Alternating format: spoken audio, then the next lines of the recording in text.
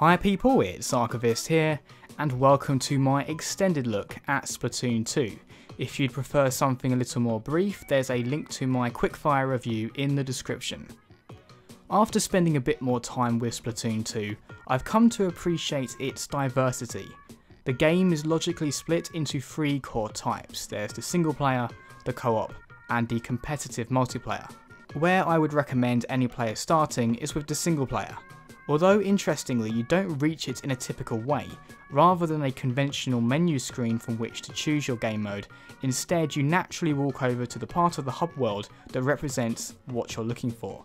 The big central stadium in the middle represents the core multiplayer, the opening to the left is the co-op, and the little grate in the floor is the single player. A surprisingly understated choice of entrance for such a big part of the overall experience. The single player is then further broken down into these various floating hubs. At first they offer very basic, easy access to the actual levels, but by the end of the game simply getting around the hub is a challenge in and of itself. Within the single player levels you'll find that both your shooting and platforming skills are tested. Some will favour one aspect over the other, but there's always one point at which you'll need to shoot, and one point at which you'll need to navigate a difficult environment. Some of the levels centre around a particular theme that will test your ability to understand the game's core controls and mechanics. One of my favourites is the level where you need to defeat opponents that move faster than you in order to obtain a key. The first enemy is pretty straightforward to catch.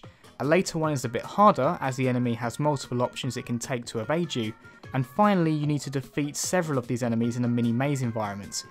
This alone represents a fantastic sense of difficulty progression within Splatoon 2.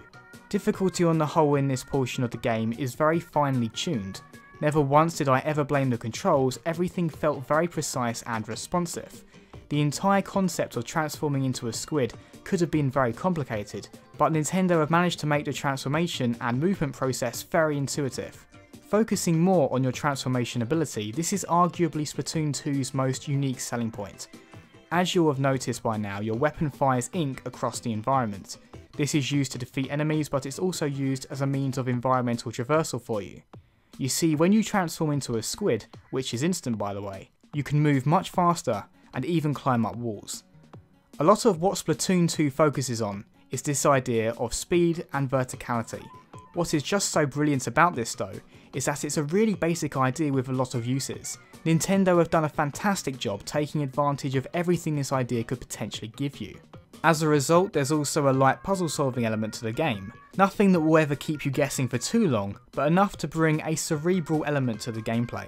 And standing out from the regular stages are the boss battles. I think they are best described as formulaic, which isn't necessarily a bad thing, but you do get a sense of their attack patterns very quickly. One thing I will say though is that they are very bizarre. The first boss you fight is an octo oven.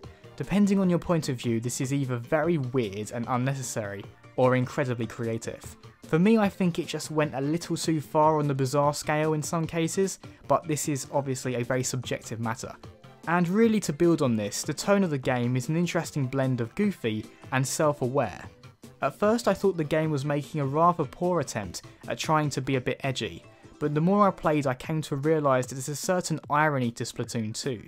When you're making a game about squids that can transform into humanoids and fight octopi while trying to save a pop star, you can understand why any semblance of seriousness has been thrown away. Instead, Nintendo have decided to embrace the surreal concept and double down on it. Moving on now to the competitive multiplayer, which I suspect will be the focus of the majority of players interested in Splatoon 2. Initially, you're locked down to just playing Turf War. While I think the choice to gate the other game modes behind a decent amount of progression was a bad one, luckily Turf War is a tremendous amount of fun, so being stuck with it isn't the end of the world. The aim of the game is very simple, you need to cover the majority of the map in your team's colour of ink. The complexity of course comes in how you go about doing this. As a result, the focus is shifted away from just looking for kills. Instead, you'll find yourself scouring the map for any surface yet to be inked, as well as covering over the enemy ink. However, it is of course an entirely viable option to go after the enemy players. After all, while they're respawning they can't cover the map in their ink.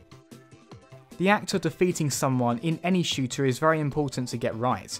After all, if it doesn't feel good to kill your enemy, or in this case splat them, there's not much incentive to keep playing. It turns out, however, that splatting Inklings is actually very fun, especially with the number of weapons available to do so. Admittedly, when it comes to shooters, I do tend to favour the classic rapid-fire rifles or submachine guns, and while that remains true on the whole in Splatoon 2, I have been tempted out to try the alternatives.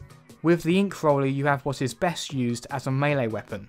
This makes it great for consistent ink coverage across the map and instantly kills anyone it touches. Furthermore, the charge shot is a gun I'm slowly coming to enjoy. You have to be very precise when aiming at enemies, but a fully charged shot does give you an instant kill. I've only given a couple of examples here, but trust me when I say the arsenal in Splatoon 2 has got a fair amount of variation in store. With your weapons you also get a sub-attack and a special attack. The jetpack special is a particular favourite of mine. Raining death from above is unsurprisingly a very fun gameplay mechanic. Something curious I noticed, however, is that you have preset loadouts. Rather than choosing your main, sub and special individually, you instead buy and equip them as a single package. This has the unfortunate impact of taking some control away from the player. This lack of control is also perpetuated in the perk system. With perks, they're attached to gear that you buy. Although you'll know what the initial perk is, the rest of them are unlocked over time randomly. What this means is that you don't get to precisely choose each of your perks, but instead you randomly get the assigned one. This isn't a decision I can say I appreciate. I do feel that in certain cases here, Nintendo have opted to take control away from the player. Another example would be in the way that maps are rotated. Within League, Ranked and Regular, there are only ever 2 maps in rotation at any given time, and you aren't able to vote on which one you want to play. They do eventually update, but what this can result in is a long play session of just 2 maps on any given game mode. Speaking of the game modes, the ranked option I mentioned earlier opens up Rainmaker, Splat Zones and Tower Control. I won't go into the exact mechanics of each of these, but I will say that each concentrate players on a prime objective. The result of this is a greater emphasis on combat, as you'll be encountering enemies more frequently than in Turf War. It's within the rank player that the speed bonus you get from being a squid really comes in handy. When you do eventually get splatted, you can very quickly get back to the objective so long as your team have been inking up the battlefield.